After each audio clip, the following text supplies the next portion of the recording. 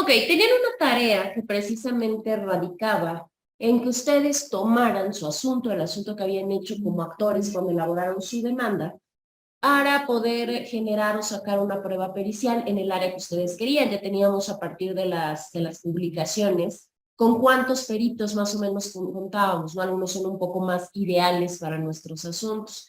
Yo les dije, bueno, elijan un perito que les sirva de acuerdo al asunto que ustedes empezaron a gestionar y hagan el cuestionario, porque no podemos olvidar que una de las partes para el desahogo de nuestra prueba pericial radica precisamente en eso, ¿no? En que para esto, inclusive cuando se hace el ofrecimiento del perito para que él pueda hacer, tomar el encargo, tomar la aceptación y la protesta, inclusive nosotros podemos exhibir, y lo decíamos, ¿no? Exhibir un cuestionario para que precisamente el perito en su dictamen o en su informe pericial, pues tuviera o le diera contestación básicamente a esas preguntas. Y ustedes tenían que generarlas. Entonces, ¿cómo quedaron sus preguntas? A ver, en lo que voy revisando su...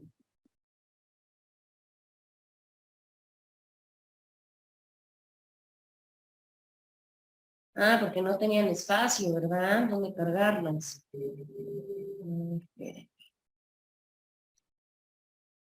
Ujú. Pero si las tienen, quiero yo creer.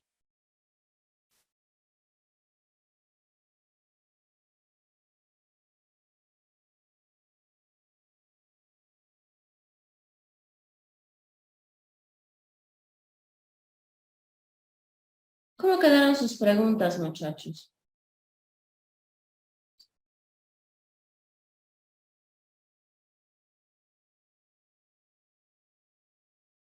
¿No hicieron sus preguntas? Mm.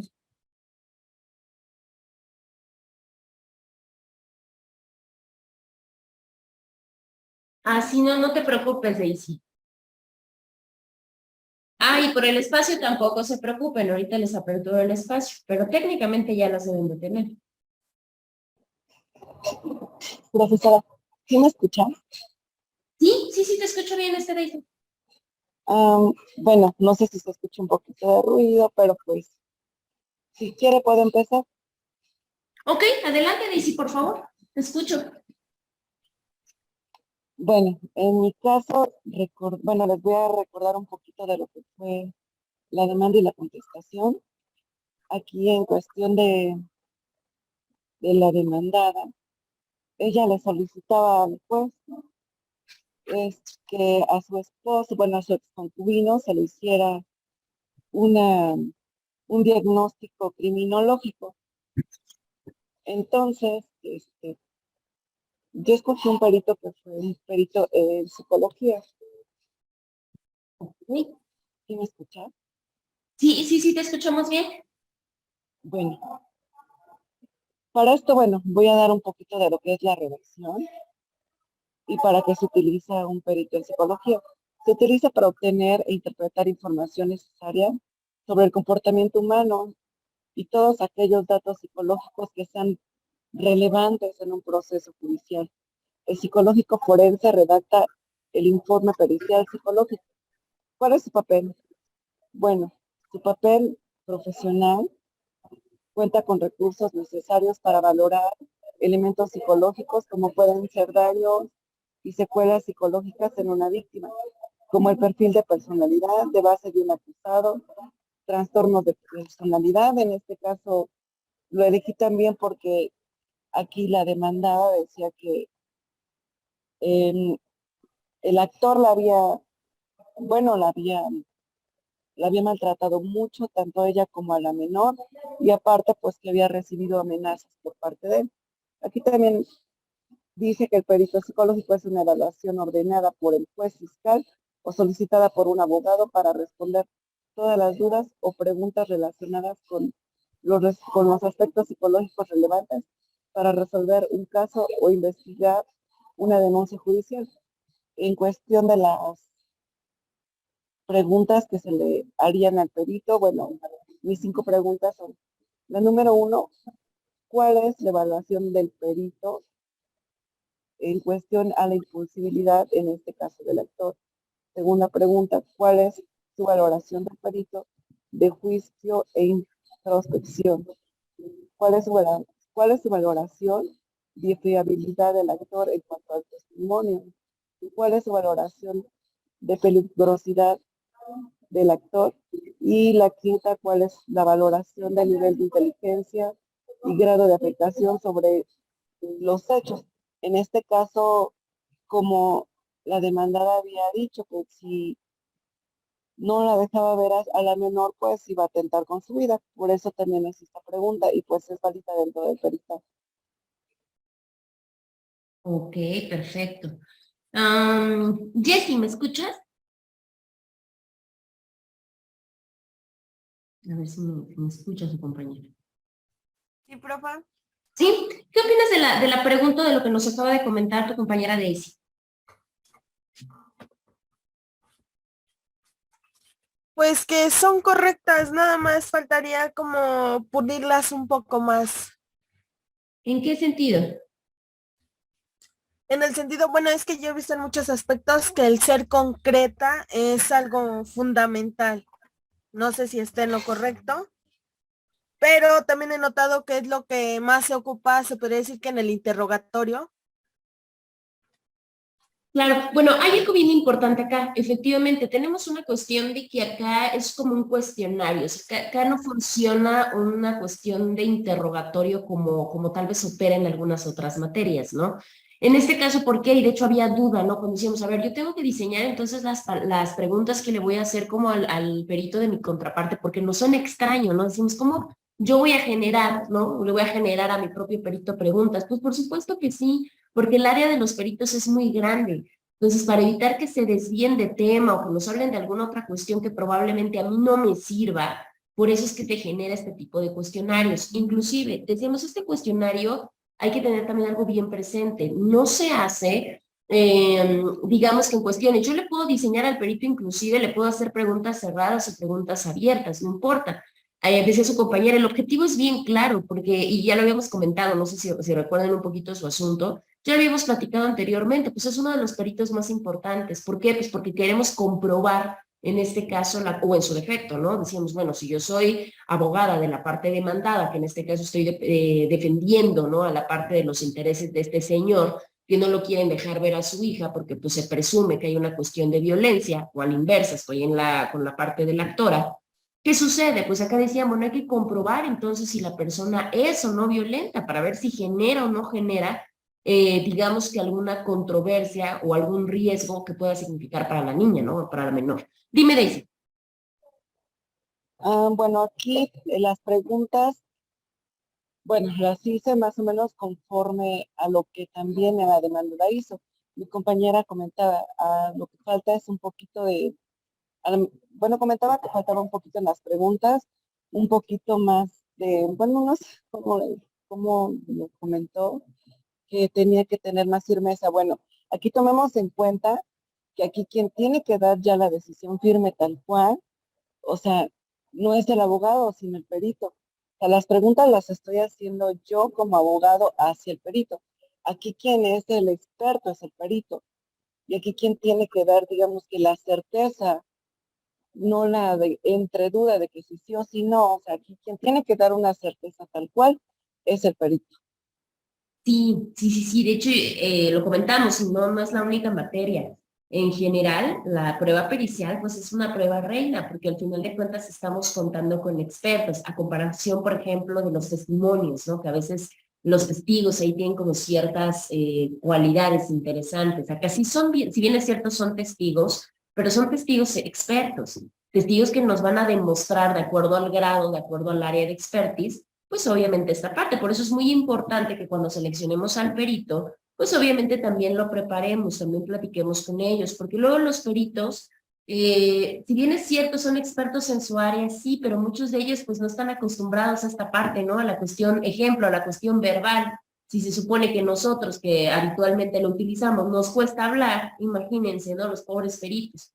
Entonces, ese fue uno de los grandes, o es de los grandes problemas con ellos. Es muy importante porque lo que hace nuestro cuestionario es que encierra o de alguna manera delimita para que el perito no se vaya más allá o no se desvíe del tema. Entonces, muy bien, me atrevo a decir que entonces la única que hizo sus preguntas, ¿verdad? A lo que veo.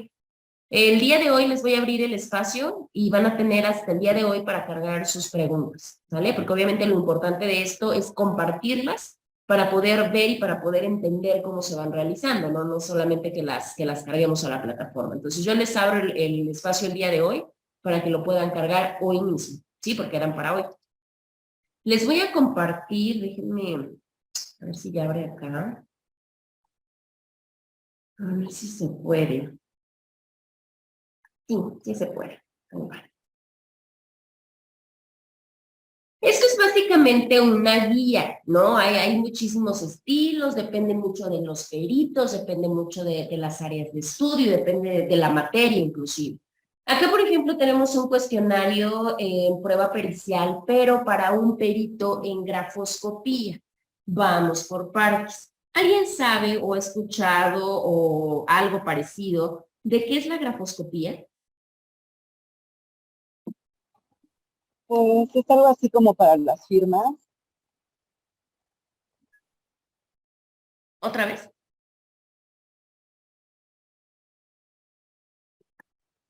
No, creo que me equivoqué. Sabes que hay mucho ruido aquí, pero escucha su clase. Ok. Bueno, Pues tenemos una parte. Adelante, adelante, Jess. podría implicar todo lo que sea la parte escrita.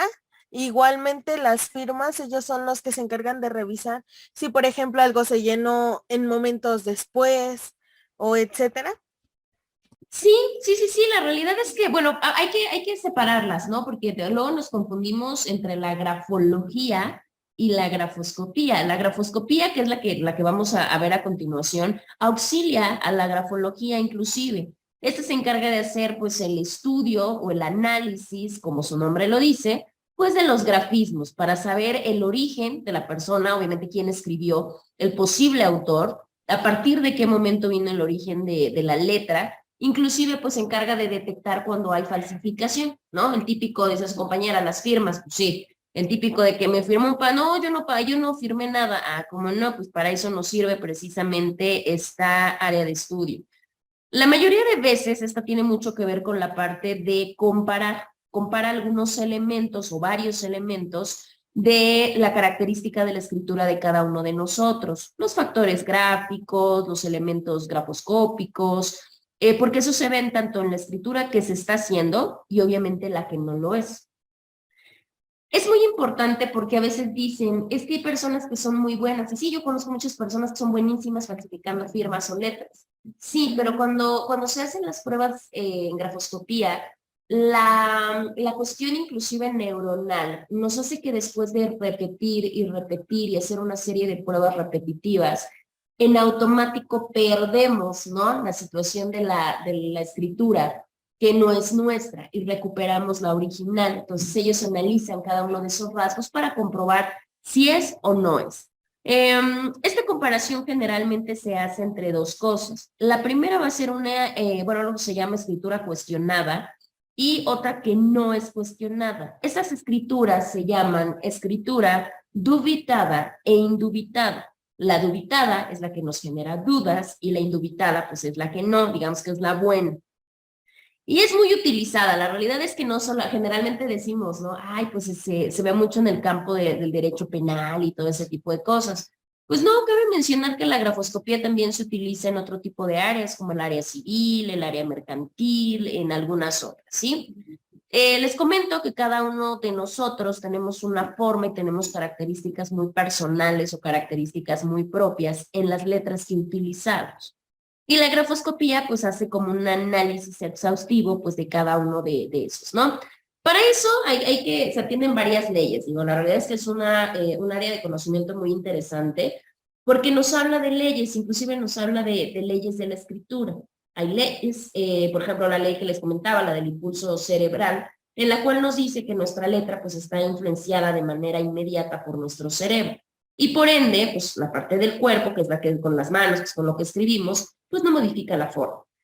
Como esa, hay otro tipo de leyes, si alguien quiere saber un poquito más, hay un autor que se apellida Pelat, bueno, ahí pueden ver un poquito más de estas leyes. Bueno, eso no será como preámbulo, porque nosotros no somos criminalistas y nosotros no somos peritos, ni mucho menos. pero es para saber más o menos qué es esta prueba y como para qué nos sirve. Acá en su pantalla tienen precisamente un cuestionario que se hace precisamente a un perito en grafoscopía. Y ahí tienen algunas preguntas, miren. La primera, ¿no? Que determine el perito las características generales, estructurales y morfológicas de suscripción de firma dubitada por quien dice ser Pedro Pérez, ¿no? En el documento tal. Ahí depende. ¿Qué quiere decir? Pues ahí va a decir las características que presenta la firma en cuestión, la firma en la que tenemos duda, la que queremos decir que es falsa. Y aquí el perito de manera y de característica general nos va a explicar todo, ¿no? Todas las características. Segunda pregunta, nos habla de las mismas características, que el perito nos señale las mismas características, pero ahora de la firma indubitada. La firma indubitada, acuérdense que son aquellas de las que no hay dudas, que es la verdadera, que es la buena. Por eso, si se dan cuenta, nos dice que la indubitada la van a sacar de la credencial del lector con un folio tal, expedida por tal. Porque eso es importante, porque ya sabemos que los documentos públicos pues, son más difíciles o son más complicados, ¿no? Si yo presento mi identificación oficial, pues se presume que esa es la buena. Tenemos otro caso, miren, por ejemplo, que determine el perito las características de la firma y de la escritura que debe de ejecutar con su puño y letra de la persona que dice ser, pues no sé, Pedro Pérez. Ante la presencia judicial en una fecha y en una hora que señale, en este caso el juez. ¿Qué quiere decir? Que la persona se va a presentar a desarrollar esta escritura, que es donde nos ponen a escribir varias repeticiones, o escribir varias cosas, y obviamente poder comprobar, porque en este punto radica la esencia de la prueba, si se dan cuenta, ¿sí? La cuarta pregunta es muy interesante porque la cuarta pregunta nos hace una vinculación con las preguntas previas, ¿sí? En este caso se refiere a las respuestas de las preguntas 1, 2 y 3, si existen similitudes y corresponden las características entre la firma original o la firma dubitada y la firma indubitada, ¿sí? De la persona con tal nombre. ¿Para esto para qué? Inclusive algo bien importante que les recomiendo en sus cuestionarios. No dejen de mencionar el para qué, ¿sí? No solamente qué quiero saber ni qué quiero obtener del perito, sino para qué lo quiero.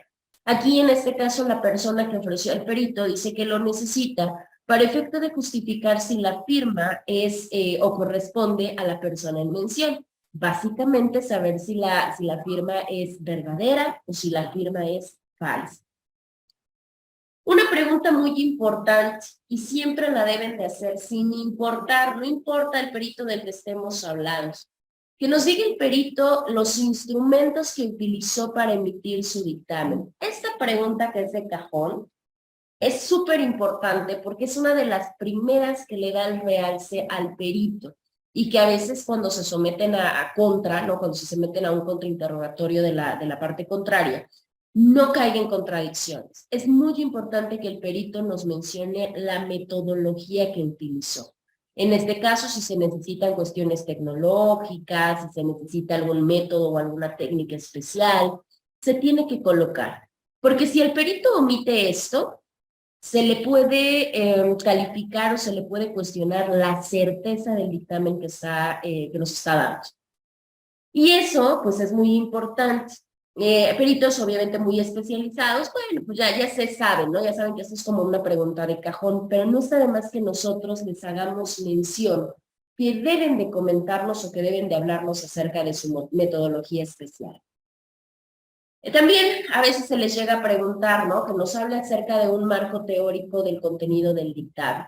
¿Qué quiere decir? Yo le digo al perito que me fundamente, ¿no? A través de bibliografía, a través de cuestión teórica, lo que está haciendo, ¿sí? Es también como un real. Esta digo, bueno, ya dependerá, ¿no? En muchos de los casos, pues no es tan necesario porque desde el momento en que el perito se presenta o desde el momento en que yo le digo al perito que me comente acerca de su grado de expertise, en muchos de los casos pues ya no necesita fundamentar con marco teórico, esto ya es como muy opcional. Esta sí es importante. Cualquier perito nos tiene que explicar en qué es experto, nos tiene que explicar el punto medular, nos tiene que explicar la metodología, pero algo bien importante. conclusiones. Cualquier perito tiene que dar conclusiones. ¿Por qué? Aunque nos pudiera parecer repetitivo, cabe mencionar que no es repetitivo, solamente es darle un énfasis mayor y una síntesis a todo lo que nos ha podido brindar de información el perito, ¿sí? Como se pueden dar cuenta, hay muchísimas y gran cantidad de preguntas que yo le puedo formular a un perito experto, ¿no? En base al problema, en base a la litis que busquemos resolver.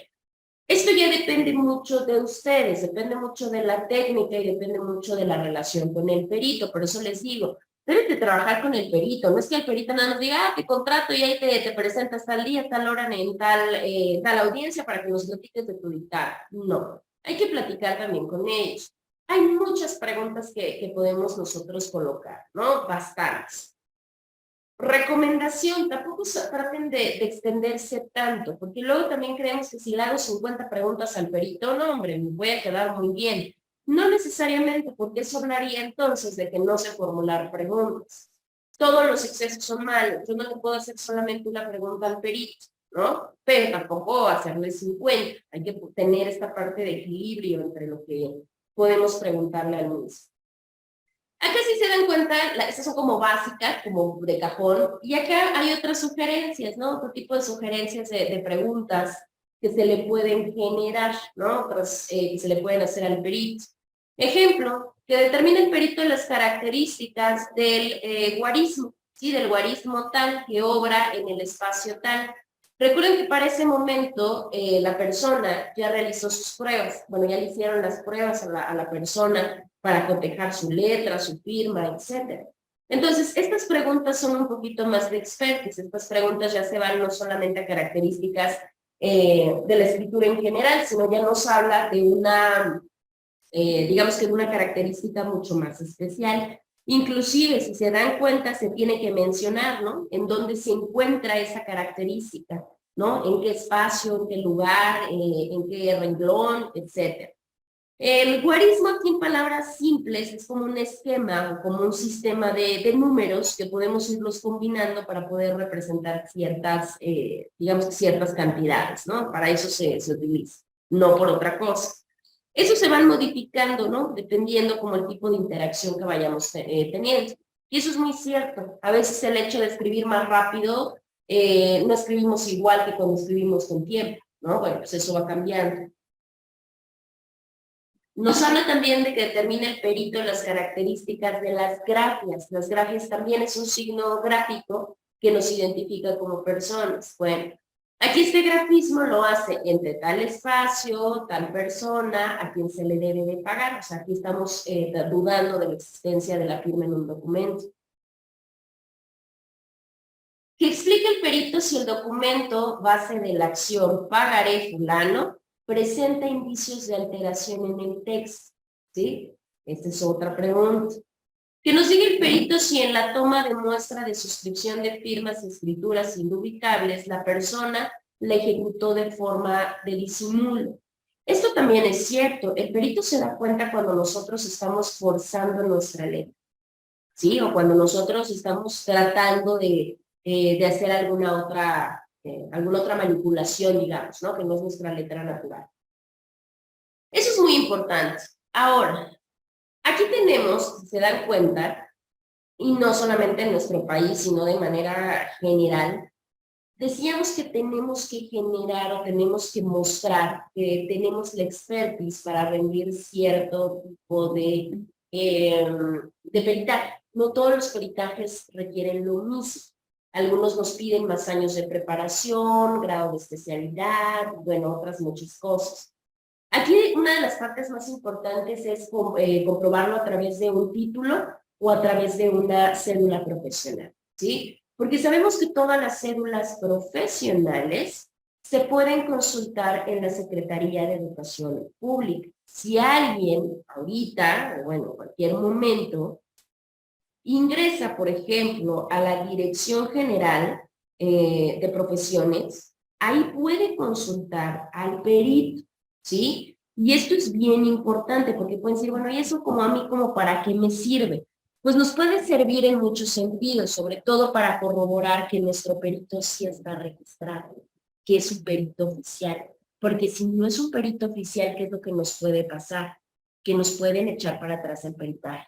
Entonces, siempre hay que comprobar si el perito está registrado, si el documento está legítimamente registrado, y para eso en la Secretaría de Educación Pública, a través de su Dirección General de Profesiones, lo podemos generar, ¿no? Podemos hacer la verificación. Y acá lo pueden encontrar, miren, si se dan cuenta, es que me voy a cerrar acá.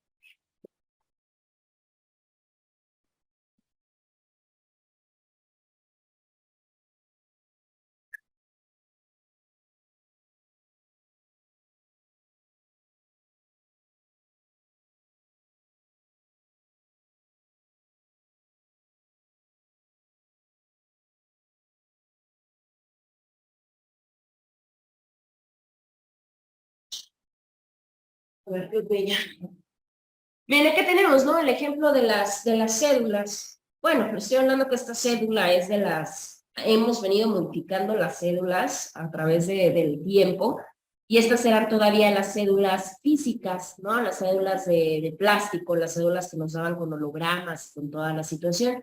Hoy por hoy, pues ya no tenemos esa misma situación. Hoy por hoy sabemos que las cédulas, pues inclusive ya son virtuales, las cédulas ya son electrónicas, entonces, pero tienen exactamente la misma valía y obviamente manifiestan pues varios signos de autenticidad, y lo que lo hace auténtico pues es precisamente el hecho del registro. Si se dan cuenta, miren, acá tenemos, inclusive se puede hacer la petición por escrito. Acá se hace una petición a la dirección para que expida una constancia de antecedente profesional que está con una persona en especial. En este caso, esta carta se mandó solicitando a la dirección que diera constancia de que esta persona, el perito, ¿no? ¿Cómo está su antecedente profesional? Porque el perito no solamente es licenciado en Derecho, sino que tiene especialidad en grafoscopía, documentoscopía y dactiloscopía, así como maestría en criminalística, ¿sí? Y ya ahí, a partir de hacer la búsqueda, obviamente la dirección empieza a generar y dice, bueno, sí, a partir de la búsqueda que yo realicé a través de los datos que me manifestaron, sí tienen 3 antecedentes profesionales en nombre de esta persona, de este perito. Y ya de ahí les expiden las cédulas, o sea, ya en automático expiden 3 cédulas donde está su licenciatura, su especialidad y su maestría. Y obviamente en automático se dice, a ver, sí, el perito sí está registrado, sí tiene cédulas, y salió de la Universidad Nacional Autónoma de México, en el caso de la licenciatura, y en el caso del Colegio Libre de Estudios, en su especialidad y su maestría. Y ya con eso tenemos plena certeza que nuestro perito es de los buenos, ¿no? Acá tenemos, miren, este es el ofrecimiento, digo, salvo ciertas características modificadas. Este es digamos, un formato en donde se hace la comparecencia del perito, ¿sí? Y nos dice, a ver, bueno, comparece tal persona, que es el perito, que fue nombrado por quién. Es importante mencionar quién lo nombró. Aquí, si se dan cuenta, es la parte actora, para que éste generara un desahogo de prueba pericial en grafoscopía, ¿sí? Lo identifican, ya vimos que el perito ya está identificado con una cédula profesional, cumple con los requisitos de ley, tiene especialidad, también los cumple, y ya nos dice, él va a ratificar el dictamen pericial, o sea, él ya generó su dictamen, ya solamente va a ratificarlo de que sí es su dictamen, y bueno, pues van a decir cuándo. Este es el papel que les entregan para que el perito ya sepa cuándo se tiene que presentar, y lo están emplazando para que él tenga que llegar a desahogar su prueba, ¿sí?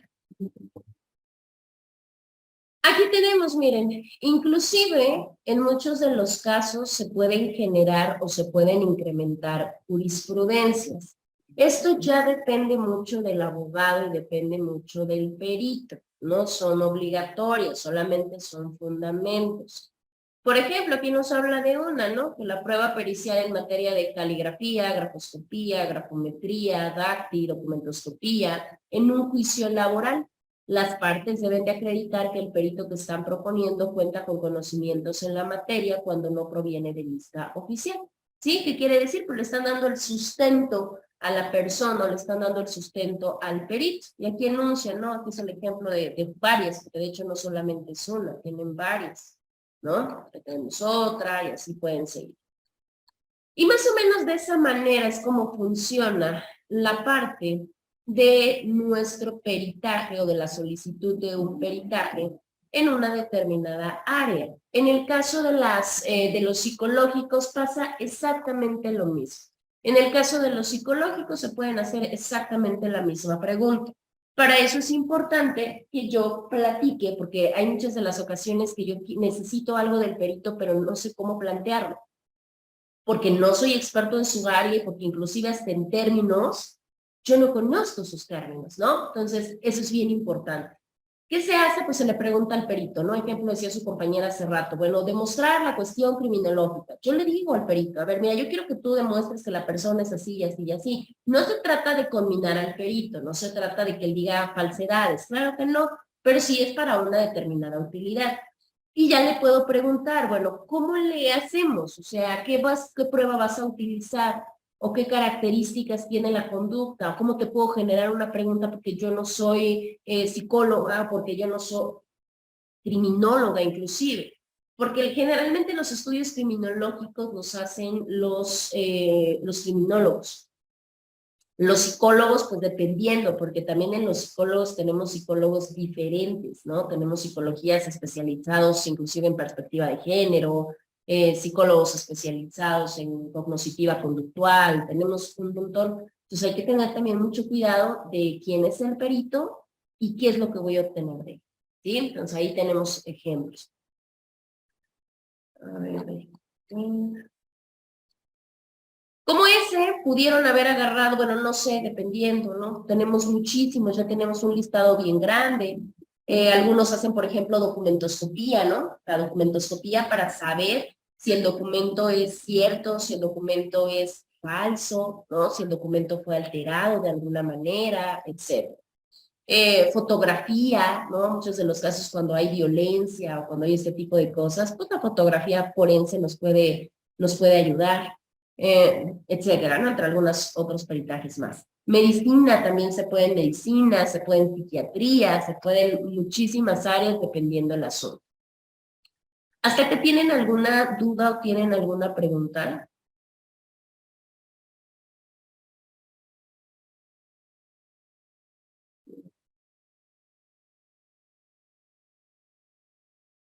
De hecho, no sé si se dieron cuenta en el listado del tribunal, encuentran un montón porque no vienen por área. O sea, la realidad es que ahí si se dan cuenta, los peritos inclusive están hasta en otros estados.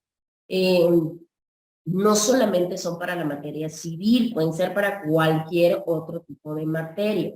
Inclusive, no sé si llegaron a ver, por ejemplo, por ahí habría, o hay peritos en medicina, pero especializados o con conocimientos en el protocolo de Estambul, por ejemplo. O sea, hay peritos ya con una especialidad como más compleja, ¿sí? Hay, por ejemplo, medicina del trabajo, inclusive hay algunos especialistas en medicina familiar, hay hasta homeópatas, imagínense, con eso les digo todo. Entonces es muy importante que se echen ahí, que tengan, bueno, ya se supone que ya lo hicieron, pero sí ir viendo todos los peritos que nos pueden brindar y a través de los cuales podemos nosotros empoderar, por decirlo de alguna forma, nuestros asuntos, ¿sí? Bueno. Déjenme regresar a su presentación. Vamos. A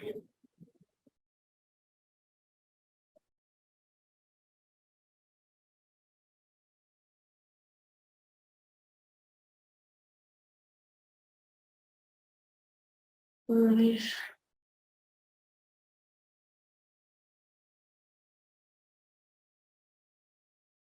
Vamos con la siguiente.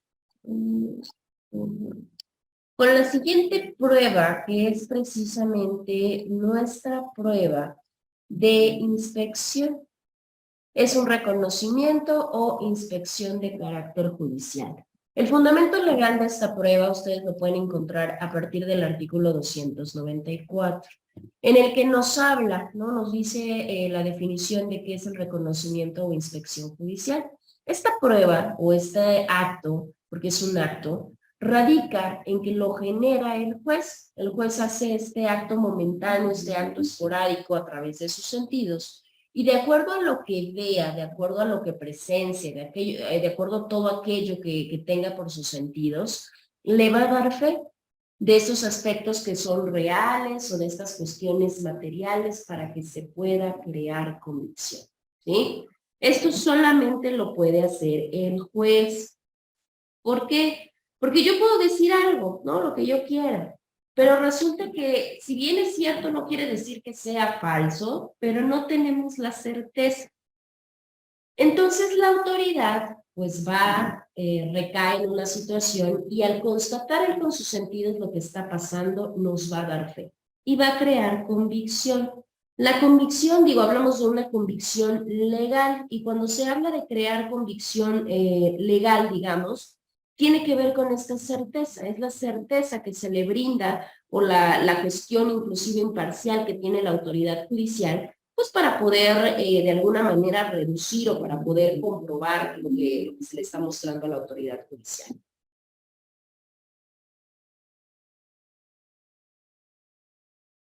Debe practicarse, esto es la parte del desahogo, cómo se practica, cómo podemos generar un reconocimiento o una parte de inspección judicial. Para empezar, no lo hace la autoridad a capricho, ¿sí? O sea, la realidad es que no lo hace a través de una cuestión de petición de parte, salvo que la autoridad considere que es sumamente indispensable, sumamente necesario, es como lo va a poder generar de oficio.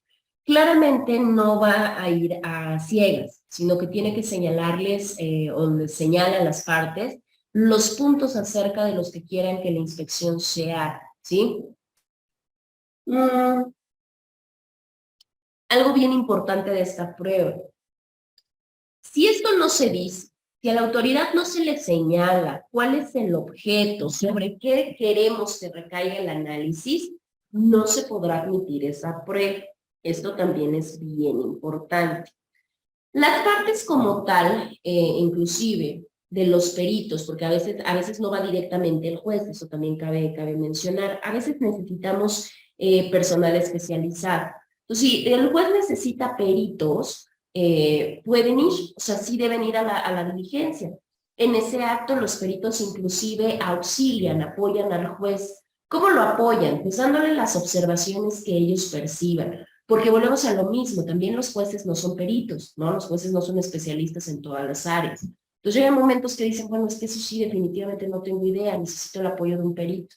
El perito va, el perito observa, el perito le comenta al juez y no pasa absolutamente nada. Inclusive, hasta el mismo juez en este tipo de pruebas puede pedirles a las partes o a los peritos que le aclaren cosas. Y no hay absolutamente ningún problema. El juez está autorizado para poder generar esta petición. Ya en ese momento, el juez, si así lo considera necesario o la parte lo considera necesario, se puede generar o se puede hacer un croquis, ¿no? Se levantan croquis o se pueden tomar fotos, etcétera. Se puede hacer una narrativa por escrito, ejemplo, ¿no? Una parte documental de algún lugar, de alguna cosa, de algún objeto que se haya encontrado. Si así lo considera la autoridad, lo puede hacer. No está limitada ni a poderlo hacer ni a poderlo solicitar. Inclusive nosotros como partes o a través de nuestros representantes se puede generar, no pasa absolutamente nada. De ese reconocimiento que ya se hizo para ir a reconocer algún lugar o algún objeto, ya fue la autoridad, ya las partes, los peritos y demás, sí se tiene que levantar un acta circunstancial, ¿no? Como su nombre lo dice, pues va a narrar las circunstancias, desde que se llega al lugar, desde la manera en cómo se hace, y todos aquellos que concurran tienen que generar la parte de firmar.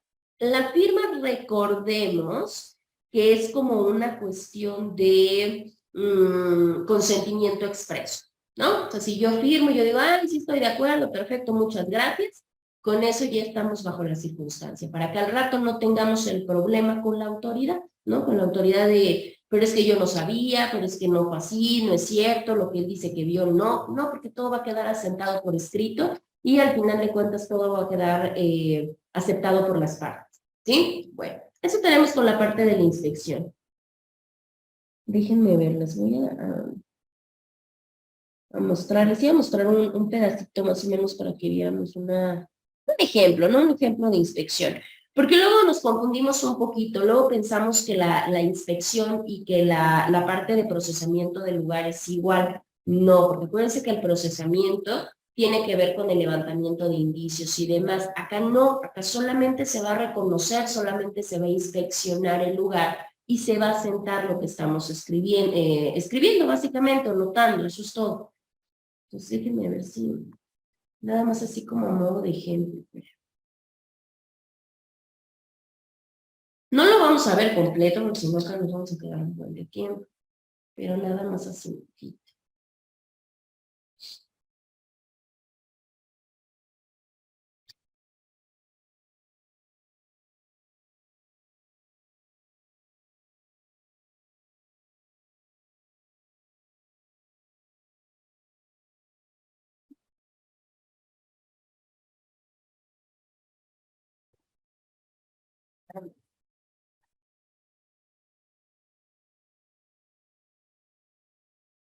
A ver, se los voy a mostrar, si no se llega a escuchar o cualquier cosa, me avisa.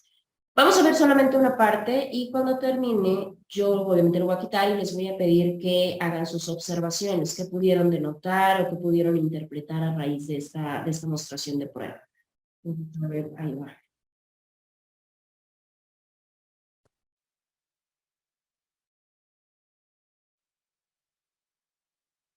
Venimos el día de hoy a realizar acá un proceso de pertenencia, una inspección ocular sobre el bien inmueble. El proceso de prescripción adquisitiva de dominio interpuesta por la señora Juliana López Cardona en contra del señor Germán Darío González Restrepo, quien ya está fallecido. Entonces vamos con su autorización a realizar una inspección ocular del bien.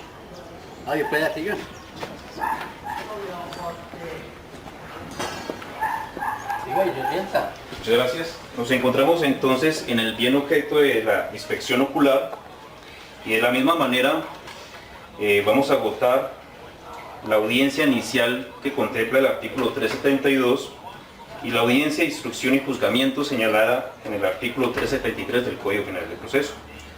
Procedemos entonces a realizar la inspección ocular del bien.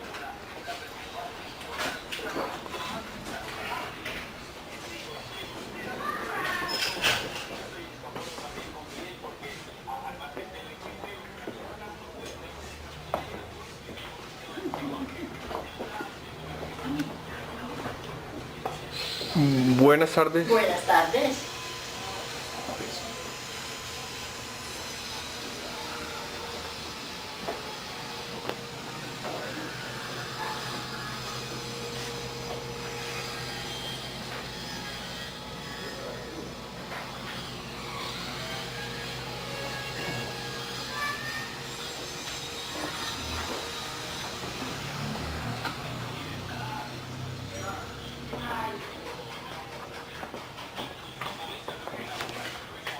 Finalizada entonces la inspección ocular, vamos a proceder entonces a realizar la audiencia. Vamos a adecuar un espacio para proceder entonces. Bueno, continuando entonces con la audiencia de inspección judicial y ocular que estamos realizando hoy, 16 del mes de abril del 2018. A la hora señalada damos inicio a la audiencia de inspección judicial de acuerdo a lo contemplado en el artículo 375 del Código General de Proceso. Declaración de pertenencia, numeral 9, inciso segundo, el cual reza: el juez deberá presentar sus nombres y apellidos completos. Mi nombre es Sebastián Bernal Velosa, cédula de ciudadanía 1-125-793-12.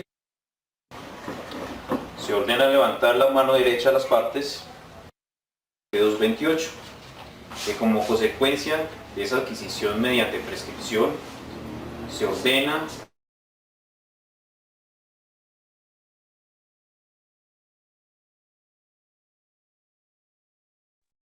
Bueno, lo demás tiene que ver ya con una cuestión de formalismo por el tipo de asunto. ¿Qué podemos ver como requisito indispensable para poder desarrollar la prueba? ¿Qué pudieron ustedes notar?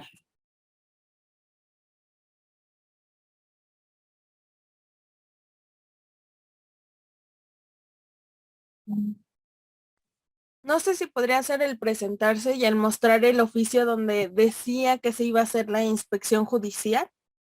Exacto, ¿no? Creo que es bien visible. O sea, para empezar, quien vaya a generar la diligencia tiene que presentarse, o sea, tiene que acreditar la investidura que tiene para poder realizar ese tipo de prueba. La autoridad, pues, inclusive, ¿no? Se hace la presentación de un mandamiento por escrito, fundado y motivado para poderlo hacer, porque si no, pues obviamente ya estaríamos en una cuestión de vulnerabilidad de derechos humanos. Por eso se hace la mecánica, pero si se dan cuenta, literalmente es una inspección ocular. Literalmente la autoridad va, constata, revisa, checa, pregunta, obviamente las partes necesitan estar presentes y se hace toda la dinámica dependiendo de lo que sea, porque las inspecciones no va a ser igual la de, no sé, la de un menor, ¿no? Las condiciones de cómo se encuentra un menor, a las condiciones de cómo se encuentra un bien, por ejemplo, que era el caso que estaba ahorita, el que están viendo ahorita. Entonces, cada una pues va a tener sus propias, digamos que sus propios requerimientos. Entonces, ahí tenemos como una cuestión interesante. Ahora, déjenme ver. Profesora, una pregunta. ¿Siempre va a haber una inspección judicial ocular? Porque yo por lo que sabía es que solo se decía inspección judicial porque se ocupaban todos los sentidos, pero no Sí, sé. exactamente, el nombre correcto es inspección judicial, reconocimiento de inspección judicial, así se llama. Solamente que, bueno, en algunos de los casos, pues se utiliza, vamos a decirlo de alguna forma, pues solamente la vista, por eso es que se le agrega como mm, digamos que como la parte de ocular, pero no, su nombre correcto es inspección judicial. De hecho, pero...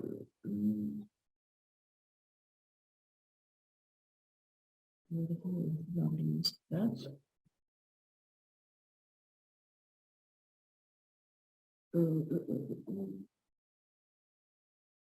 Es muy chiquito, espérame.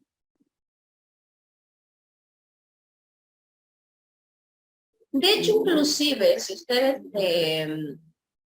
te van o ustedes buscan, por ejemplo, la prueba como tal en el código, la realidad es que no van a encontrar como mucha información, pero sí, obviamente, el nombre de la prueba. Se las voy a mostrar para que vean que no es mentira. Ahí creo que ya les... Miren, ahí está, artículo 294. Recuerden que el articulado, el fundamento legal, es de nuestro Código de Procedimientos Civiles para el Estado de Puebla, ¿sí? Ahí les aparece que es el reconocimiento o que es la inspección judicial.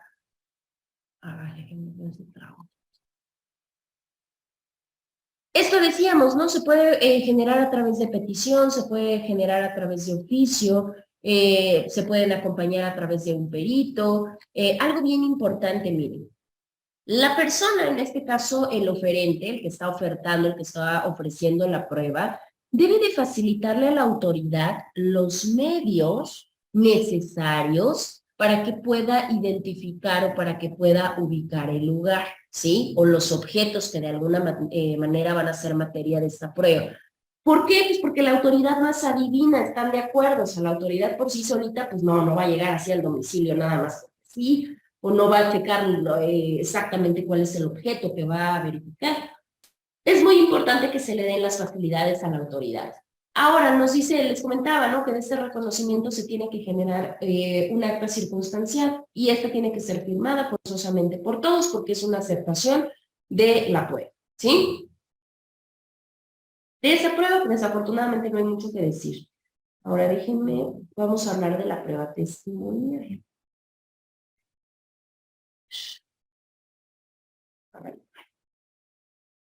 A ver si ahí ya desaparece, porque aquí me dice que no.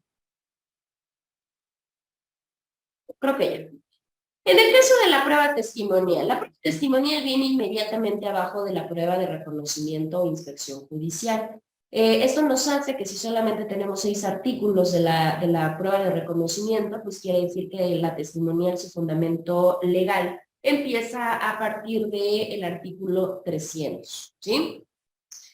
Y vamos con la cuestión. Es muy interesante saber quién y quién no puede ser testigo. Por default o por regla general, todos podemos ser testigos y presenciamos y vimos y nos consta. Sin en cambio, hay personas que por ley no pueden ser testigos en juicio. Los primeros de ellos son las personas menores de 16 años. Sin embargo, la excepción radica en que si tenemos un menor de 16 años, pero es un procedimiento familiar y ellos tienen la voluntad de declarar, solamente así lo van a poder hacer. Pero un menor de 16 que no quiere, no está obligado. O un menor de 16 años en el cual estamos hablando de otro asunto que no es en materia familiar, no va a ser obligatorio que declare. De ahí tenemos a las personas incapaces, ¿no? Aquellas personas que si bien es cierto, son mayores de edad, pero que sin embargo pueden estar privados de inteligencia, o porque tienen un estado de locura, o porque tienen inclusive algún tipo de alcoholismo crónico, un trastorno mental, o inclusive personas sordomudas. Y ahí van a decir, pero ¿cómo las personas sordomudas no pueden declarar, no? Pues eso estaría violentando. No. Aquí nos referimos a las personas sordomudas que no puedan darse a entender a través de otra forma. O sea, que no sepan escribir o que no sepan inclusive la interpretación del lenguaje por señas, ¿cómo se denomina? Este lenguaje mímico, ¿no? En este caso, ahí sí, para que vean, no va a poder testificar. ¿Por qué? Pues porque claramente entonces, ¿cómo sabríamos lo que está dándonos a entender? Podríamos obviamente transgiversar o podríamos malinterpretar lo que está manifestando la persona. Pero si es una persona sordomuda, que sí sabe lenguaje de señas, o sea, que sí podemos utilizar un intérprete, o que sabe escribir, bueno, no hay ningún problema, ese sí podría declarar. Y aquellas personas que hacen uso de drogas, dígase psicotrópicos, estupefacientes, enervantes, ¿sí? Esa es una parte muy habitual que se maneja mucho tanto en la materia civil, en la materia penal y en algunas otras. Que aquellas personas que son adictas o que tienen esta cuestión crónica, pues no pueden hacerlo. Pero muy poquito sabemos pues a qué nos referimos. Sabemos que son drogas, pero no qué tipo de drogas. En el caso de los enervantes son drogas que de alguna manera hacen eso, por eso se llaman enervantes, porque enervan, porque quitan, ¿sí? Drogas que, por ejemplo, debilitan a las personas, drogas que ya los hacen que no tengan como esa capacidad de comprender lo que está pasando. No todas las drogas son como este tipo de, no sé, como de drogas que estamos acostumbrados a ver que provocan reacciones como agresivas o reacciones activas, ¿no? Aquí nos referimos a otro tipo de drogas, ¿no?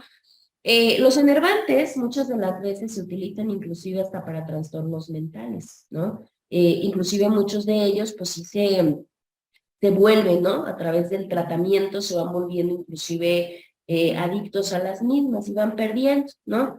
Personas, ejemplo, que tienen a veces enfermedades mentales, pues se las dan para que tengan actividades menos agresivas, sí, pero a veces ellos se van volviendo adictos a las sustancias y ya lo único que hace pues es estar en un estado sumamente pasivo en el cual pues sus sentidos probablemente no se encuentran alertas y esto pues puede simbolizar inclusive hasta alguna malinterpretación de algún fenómeno o de algún suceso.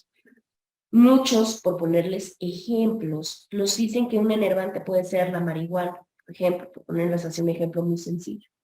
Porque sí, pues verdaderamente provoca ahí como ciertas manifestaciones, entonces ahí una persona bajo el influjo de esta sustancia, pues sí nos dejaría ahí como con ciertas dudas en cuestión del testimonio. Por otro lado, la parte de los estupefacientes. En el caso de los estupefacientes, bueno, pues son inclusive drogas o pueden ser inclusive sustancias, ¿no? ¿Qué les puedo decir? La morfina, por ponerles así un ejemplo muy sencillo. Hay muchísimos, la realidad es que hay muchísimos sustancias que obviamente generan la misma situación que los propios estupefacientes, como lo puede ser la morfina. Inclusive, si ustedes buscan, hay listados de todo lo que es considerado como estupefacientes.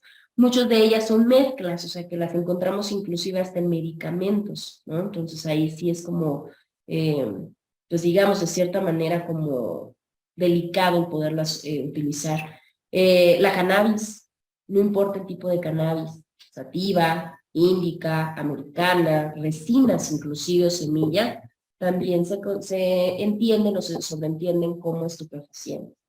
Entonces, si yo tengo un testigo que tiene alguno de estos consumos interesantes y alguien agrega o alega que la persona bajo este fundamento legal no puede testificar, sí nos pueden eliminar al testigo.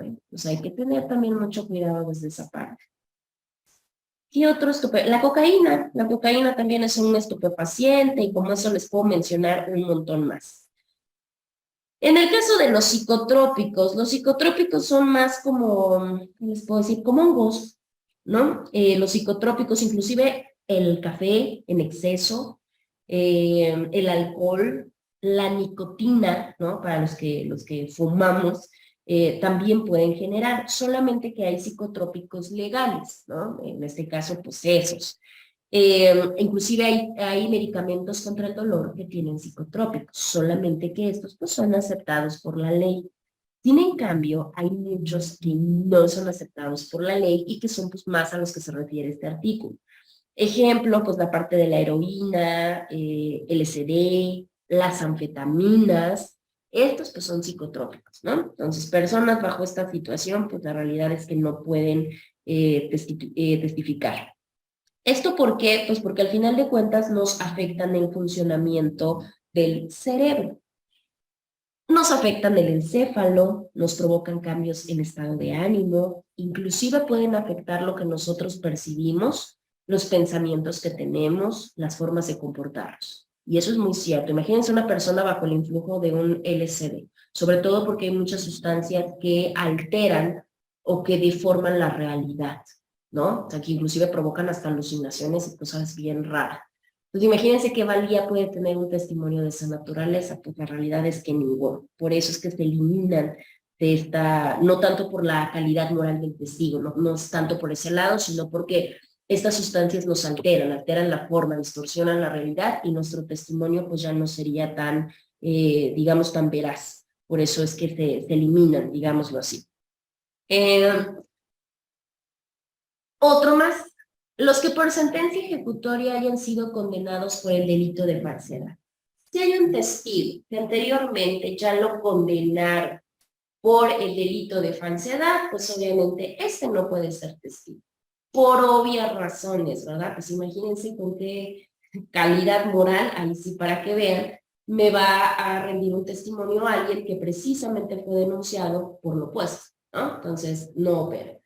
Y la parte de los parientes por consanguinidad dentro del cuarto grado y por afinidad en el segundo grado, salvo que sean procedimientos sobre cuestiones familiares, ¿sí?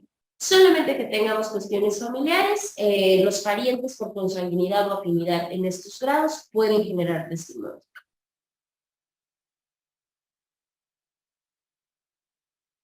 Ay, ya. Ahora, ¿cómo va a ser el desahogo de una prueba testimonial? En el caso de la prueba testimonial, siempre y en cualquier materia, se solicita la separación de los testigos, ¿no? Generalmente por protocolo se hace una toma de protesta de decir verdad, ¿no? Donde el testigo se compromete y se le hace el aviso de que en caso de falsear, pues va a ser denunciado por la misma conducta. De ahí ellos se separan. ¿Por qué se separan los testigos? ¿Por qué creen que se les tiene que separar?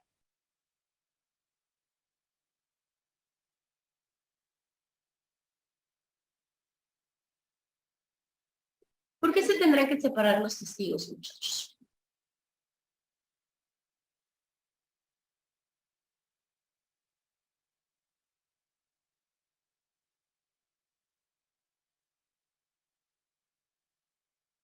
Por ahí Dana, Carla, son de las que no he escuchado por Verónica, por favor.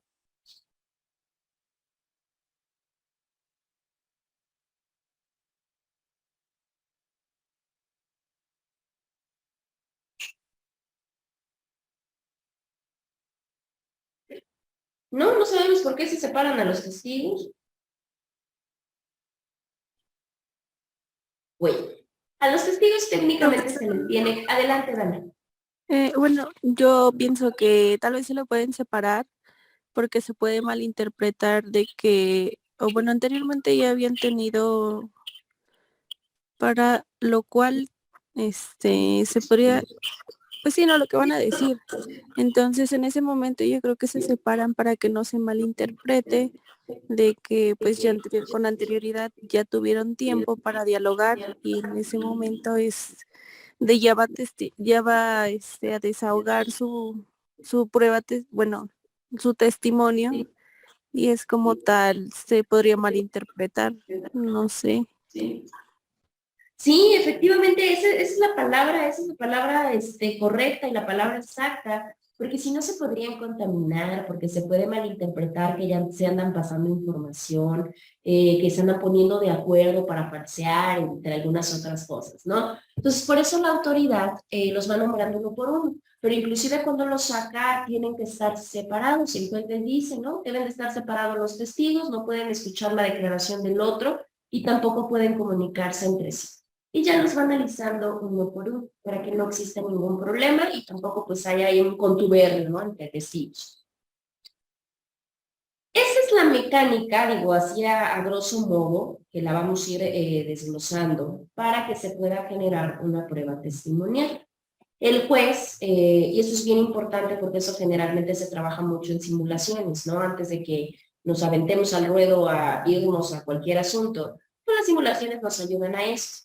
Y muchas de las veces pues, es un protocolo, ¿no? A ver cómo le hago, ya llegué, qué pasa primero, qué pasa después, qué hago yo, qué hace mi cliente, qué hace... bueno, pues toda esta mecánica nos va ayudando a entender.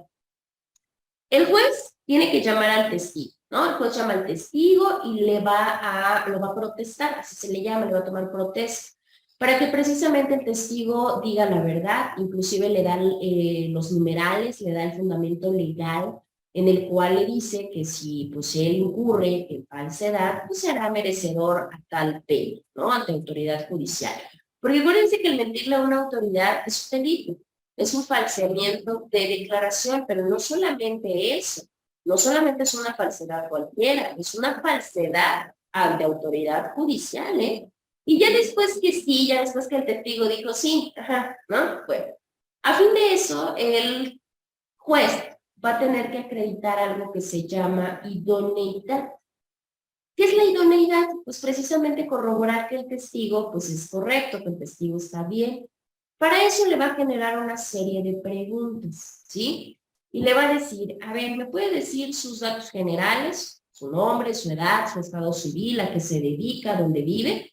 Y el testigo tiene que comentar todo. De hecho, el testigo desde el momento que se presenta sabe por qué está ahí y sabe que el juez tiene toda la autoridad para poderlo cuestionar, ¿no? Para poder, y no va a haber ningún problema. Posteriormente le va a preguntar, haciendo anuencia a esto que acabamos de platicar acá, en la fracción número 4. Le va a decir, a ver, ¿tú eres pariente de alguno de los litigantes? ¿Sí o no? No, pues que sí. ¿O no? Ah, si le dice no, no hay problema. Si le dice sí, chin, ahí vamos a ver el detalle, ¿no? Porque le va a decir, bueno, ¿en qué grado? No, pues es mi cuñada, ¿no? O es mi tío, o es mi papá. Ah, bueno, ahí depende, porque ya vimos los grados, hasta qué grados sí y hasta qué grados no. Obviamente ya el juez sabe qué asunto es el que se va a dirimir. Si es familiar, pues los va a admitir en cualquier grado. Si no, pues va a tener que checar si es idóneo. Si no se respeta la regla en ese momento, pues le va a decir que no le puede tomar testimonio, ya que representa un impedimento para la autoridad el poderlo escuchar. También se le pregunta, se le dice, a ver, ¿tiene algún interés directo o algún interés indirecto en el pleito? Ya la persona, el testigo, tendrá que responder, no, pues no. Yo solamente porque vi, porque escuché, porque supe, porque estuve. Le explica al juez para que él empiece a saber qué tipo de testigo tenemos ahí. Posteriormente tenemos, ¿no? Le dice, bueno, ¿tienes alguna relación de amistad con el litigante, con el actor, con el demandado? O en su defecto, ¿tienes alguna relación en contra del actor, del demandado, etcétera? La persona tiene que responder. Porque si existe alguna relación que pueda afectar el testimonio, también puede ser un motivo para que el juez deseche al testigo. Para esto, pues todos nosotros ya debemos de saber estas reglas, porque es a través de ahí, no es necesario que hasta que yo llegue a audiencia, el juez me tenga que dar esta idoneidad. Eso ya básicamente es un protocolo. Pero yo ya necesito saber quién es mi testigo, ya sé si tiene relación o no, si se lleva bien o no, si sabe o no, si está mintiendo o no. Porque si yo solamente lo aviento hacia el ruedo, pues tengan por seguro que no va a prosperar. Y también se le pregunta, ¿no? Inclusive hasta se les llega a preguntar si el testigo tiene alguna relación con el abogado patrón, ¿no? ¿Por qué? Pues porque también se puede hablar de que hay algún tipo de parcialidad o algún tipo de interés en por qué el testigo está generando esa parte. Entonces, ya que constató, vamos a pensar que ya se hizo el testimonio, ya pensamos que se interrogó al testigo, ya se le preguntaron todas estas cosas y vamos a pensar que no hubo ningún tipo de cuestionamiento, ¿no? ¿Qué quiere decir? Que no hubo nada que impidiera que el testigo nos brindara su testimonio. Entonces, en ese momento, ya el juez le va a decir, lo va a requerir para que informe al tribunal de su propia boca, de su propia voz, qué es lo que sabe, ¿no? ¿Qué es lo que le consta? ¿No? Porque no puede haber un testigo, y eso sí, grábenselo, porque acá ya no son testigos expertos, son testigos cualquiera. No puede decir el testigo, es que me dijeron, porque si llega un testigo con un es que me dijeron, aguas, porque entonces su certeza ya va a estar en juego, porque entonces quiere decir que no sabe, que no le consta, y entonces tenemos un problema. El testigo tiene, dentro de muchas cosas, tiene el derecho de pedirle al juez que se le dé un informe de manera general sobre lo que se está investigando. ¿Sí se puede hacer? Esto tendría más que ir como por la dinámica de un refresco de memoria, porque se supone que el testigo sí sabe. Pero bueno, al final le puede pedir al juez, bueno, sí, me puede decir, a ver, de manera general, qué es lo que estoy investigando, o qué es lo que se está investigando. Y el juez tiene la obligación de contestar. Posteriormente a esto, posteriormente a la parte, y eso lo vamos a hacer, lo tenemos que hacer, y ahí sí les comento, la actividad la vamos a hacer para el día, no sé si para el día miércoles o para el día lunes, no, yo creo que para el día lunes, sí, para el día lunes. La parte del contrainterrogatorio, y vamos a hacer la misma dinámica de intercambiar. Ejemplo. Por eso es importante que ustedes tengan sus pruebas el día de hoy, porque el día miércoles yo los voy a intercambiar. Ejemplo, ¿no? Se me ocurre. Ahora ya escuchamos las preguntas de Daisy y ya nos dijo qué tipo de perito necesita, para qué lo necesita y cuáles son las preguntas. Este mismo cuestionario ahora va a ser para una persona cualquiera, porque muchos de ustedes dentro de sus demandas y contestaciones mencionaron testigos, ¿sí? ¿Qué tal, qué tal, qué tal? Bueno, ahora la dinámica va a ser la siguiente, un ejemplo. A ver, Daisy, tú vas a contrainterrogar a los testigos de Dana. Daisy ya va a saber quiénes son los testigos, porque obviamente Dana le va a intercalar su parte de su demanda. Es más, podemos hacerla con las demandas que ya trabajaron, porque ya las conocen, ¿no? Ya hasta las contestaron. Para que ustedes interroguen, bueno, más bien contrainterroguen a los testigos de la contraparte, ¿sí? En este caso, bueno, en el caso de Daisy, pues ella se va a tener que contrainterrogar porque tiene una demanda y una contestación de demanda de ella misma. Pero los demás intercambiamos nuestras demandas, ¿sí? Para que vayan viendo, chéquense la demanda de sus compañeros que les tocaron, en donde hicieron su contestación de demanda, y si por ahí hay un testigo, lo van a contrainterrogar, ¿sí? ¿Qué preguntas darían de contrainterrogatorio al testigo de la contraparte? ¿Sale? Si por alguna razón, porque no me acuerdo bien si todas tienen o mencionan algún testigo, si por alguna razón ustedes se dan cuenta que sus compañeros en sus demandas, cuando ustedes contestaron, pues se dieron cuenta que no, que tenían otro tipo de pruebas documentales, periciales, pero no hay testigos, no importa, invéntenselo. Inventen que su compañero sí había puesto un testigo y que ustedes lo van a contrainterrogar, ¿sí? Generalmente los testigos, como ya no son testigos expertos, solamente es gente que se sabe el chisme, ¿no? Ah, es que va a venir a declarar mi primo, porque mi primo vio cuando esta persona me dijo tal, o cuando tal persona hizo tal cosa, ¿no? Entonces, para que se puedan inventar las contrapreguntas. Porque precisamente ahí, después de que pasa nuestro testigo ya dijo lo que le consta, lo que sabe, la contraparte del oferente de la prueba puede interrogar. Lo va a interrogar en ese momento, ¿eh? Y lo va a interrogar de manera verbal. No importa, si este día vienen acá, estaría perfecto. Pero si no vienen, tampoco va a haber ningún problema. Solamente sí les voy a solicitar que tengan aperturados micrófonos. Porque si no, entonces no les voy a poder tomar en cuenta esa tarea. Porque esa tarea sí es de praxis. Ahorita están en un derecho procesal civil. Necesita interacción ya verbal forzosa. Si bien es cierto, tienen la oportunidad de tomar sus clases a través de otras modalidades como esta, está padrísimo, pero necesitan, digamos que interactuar ya de una manera práctica, porque si no, entonces la teoría no les va a servir absolutamente de nada. Entonces lo vamos a hacer el día lunes, porque es cuando más tiempo tenemos. Esto, aguas. Se puede realizar un contrainterrogatorio siempre que este interrogatorio tenga relación con lo que está declarando el testigo. Porque si no nos vamos a salir por la tangente, vamos a andar preguntando 50 millones de cosas que nada tienen que ver y entonces no tendría mucho sentido, sería un círculo vicioso. Mis preguntas deben de ir enfocadas a lo que acabo de escuchar del testigo, a lo que acaba de decir el testigo. Obviamente, ¿por qué? Pues porque lo que acaba de decir el testigo está relacionado. ¿Con qué? Pues obviamente con la controversia que estamos tratando de dirimir. Y acá quien va a dar la palabra va a ser el juez. La juez voy a ser yo. Yo les voy a decir esta pregunta sí y esta pregunta no. Porque recordemos que para eso también tenemos, ustedes creo que ya las llevaron, sus técnicas de litigación verbal. Tenemos técnicas, tenemos maneras, no todas las preguntas pasan por insidiosas, por repetitivas, por sobreabundantes, por muchísimas cosas. Entonces hay que tener mucho cuidado de cómo redactamos nuestras preguntas, ¿sí? No pueden sobreabundar porque luego quieren hacer 5 preguntas por lo mismo. O preguntas que el testigo ya respondió, ¿para qué le seguimos preguntando? O inclusive preguntas subjetivas, ¿no? Que hacemos que el testigo nos conteste algo y eso es contraproducente. Para eso estamos nosotros, para eso está el abogado que se encarga de ofrecer a su testigo. Porque el testigo no puede decir, oiga, señoría, no, pues es que me está preguntando cosas que no, por 2 razones.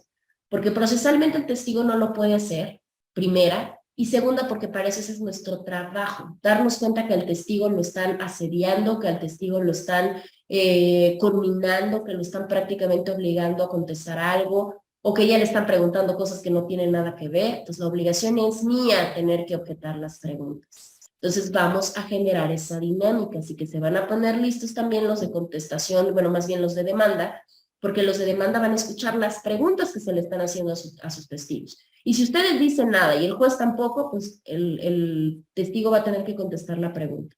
Y no saben qué perjudiciales pueden llegar a ser a veces los testigos, las respuestas que dan. Adelante. Digo, de hecho, a veces las preguntas hacen que los mismos testigos contradigan. En este caso, lo que habían hecho por escrito. Claro, sí, efectivamente. Entonces hay que tener mucho cuidado. Vamos a formularlas. Obviamente ustedes vamos a seguir viendo un poquito de toda esta prueba testimonial en la siguiente clase para que las empecemos a diseñar y ya el lunes las diseñan. Si hay que pulirlas, las pulimos. Va a ser la única manera de que pues ya las tengamos ahí mucho más trabajadas, ¿sí? ¿Hasta que tienen alguna duda o alguna pregunta?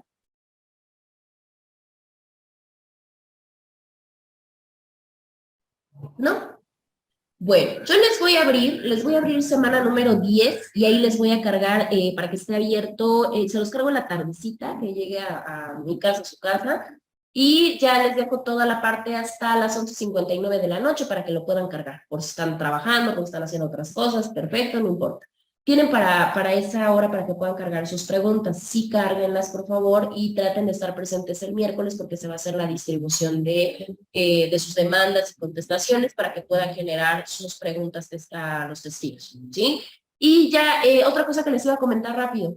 Hubo un error de calificaciones, le comentaba a Daisy el día sábado que la vi, No se preocupen, ya borré las calificaciones porque les puse, como es el mismo grupo salvo su compañera, en civil y en penal, entonces les cargué las de civil y en penal. Ya las borré, no se preocupen, igual a más tardar hoy por la tardecita ya les aparecen las 2 calificaciones en sistema, ¿sí? Bueno, si no tienen dudas o preguntas, pues los dejo continuar. Ahorita nos escuchamos en unos momentitos, ¿sale? Cuídense mucho. Profesora, Gracias, profesora. ¿sí me escucha? Gracias a ustedes. Digo, profesora, ¿sí me escucha?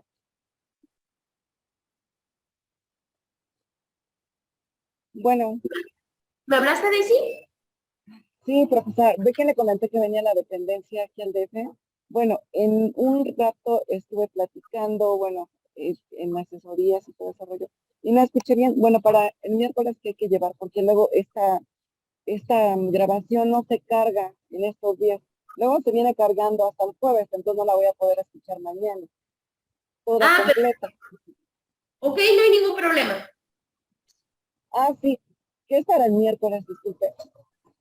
Mande, es que no escucho bien. ¿Qué es para el miércoles? Para este miércoles, ¿qué es? ¿Qué hay que llevar? ¿Sabes qué, Daisy? No te escucho ya como que... Profesora dice que, la compañera dice que qué tenemos que llevar para el miércoles. Ah, para el miércoles nada, ya ustedes tienen sus demandas, bueno, obviamente tengan sus demandas a la mano por sí, porque creo que todos ya habían cargado, creo que no había ningún problema de carga. Ya nada más el miércoles yo les digo, ¿sabes qué, Daisy? De hecho nos vamos a quedar con las mismas, ¿no? Así como las trabajamos contestación de demanda, ya yo les digo, no sé, ejemplo, si Jessy contestó la demanda de Dana, Jessy se va a encargar de contrainterrogar al perito, al testigo de Dana, ¿me explicó? Ya nada más yo les explico porque no traigo ahorita el listado. Entonces déjenme, les explico el miércoles y ya vemos. Igual si Daisy le entra también, pues ya la metemos y hacemos otra vez la mezcla para que no se autoconteste y no se ande autointerrogando ella. ¿Sí? Bueno, muchas gracias. Y gracias, compañera, por apoyarme. Muchísimas Muy bien. gracias. Gracias, profe, hasta luego. Gracias, profesora. Hasta luego.